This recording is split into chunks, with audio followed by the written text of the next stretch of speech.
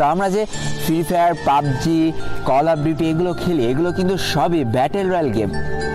তো বন্ধুরা, আগে জেনে আসি এই ব্যাটেল রয়্যাল গেমের উৎপত্তিটা কোথা থেকে। আসলে কোনো কিছু হুট করে আবিষ্কার করা যায় না, কোনো একটা কিছু থেকে ধারণা নিয়ে একটা নতুন জিনিসের জন্ম হয়। তেমনই বন্ধুরা, মিশন ইম্পসিবল নামে একটা মুভি ছিল, যেটাতে একটা আইসল্যান্ডের মধ্যে কিছু মানুষ আটকা পড়ে যায় এবং একটা পর্যায়ে যে তাদেরকে বাধ্য করা হয় একজন আরেকজনকে হত্যা করার জন্য। এমন চলতে চলতে সর্বশেষ যে বেঁচে থাকে সেই হয়ে যায় জয়ী। এখান থেকে মূলত এই ব্যাটেল রয়্যাল গেমের জন্ম। এবার আসি আমাদের সকলের পছন্দের ফ্রি ফায়ার গেমটার কথায়।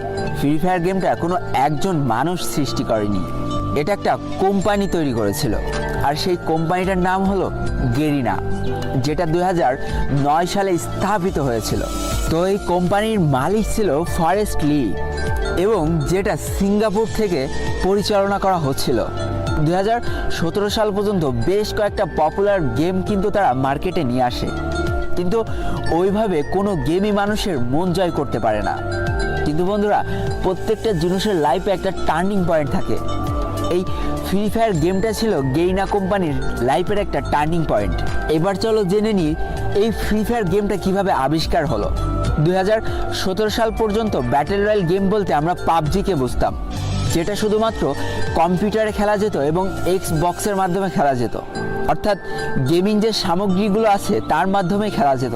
এবং বন্ধুরা, গেমারদের মধ্যে একটা চরম উন্মাদনা সৃষ্টি হয়ে গেল এই পাবজি গেমটাকে ঘিরে, যেটা শুধুমাত্র কম্পিউটার এবং এক্সবক্সের মাধ্যমে খেলা যেত।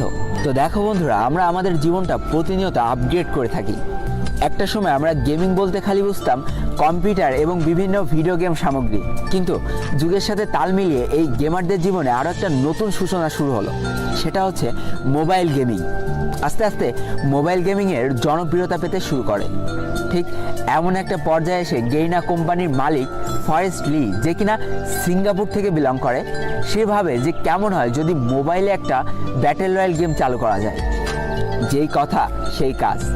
2017 সাল থেকে শুরু হয় আমাদের এই ভালোবাসার গেমটা তৈরি করার কাজ।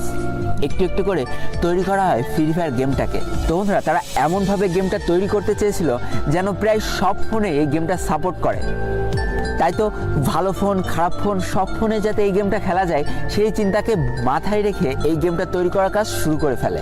2017 সালের মাঝামাঝি অবস্থানে এই গেমটার বেটা ভার্সন লঞ্চ করা হয়, অর্থাৎ কিছু মানুষের মধ্যে এই গেমটাকে সীমাবদ্ধ করে দেওয়া হয় এবং যারা খেলে এই গেমটার ভালো ও খারাপ দিকটা তুলে ধরে, যেটার পরে ভিত্তি করে এই গেমটার আরও নিখুঁত করে তৈরি করার কাজ শুরু হয়ে যায়। 2017 সালের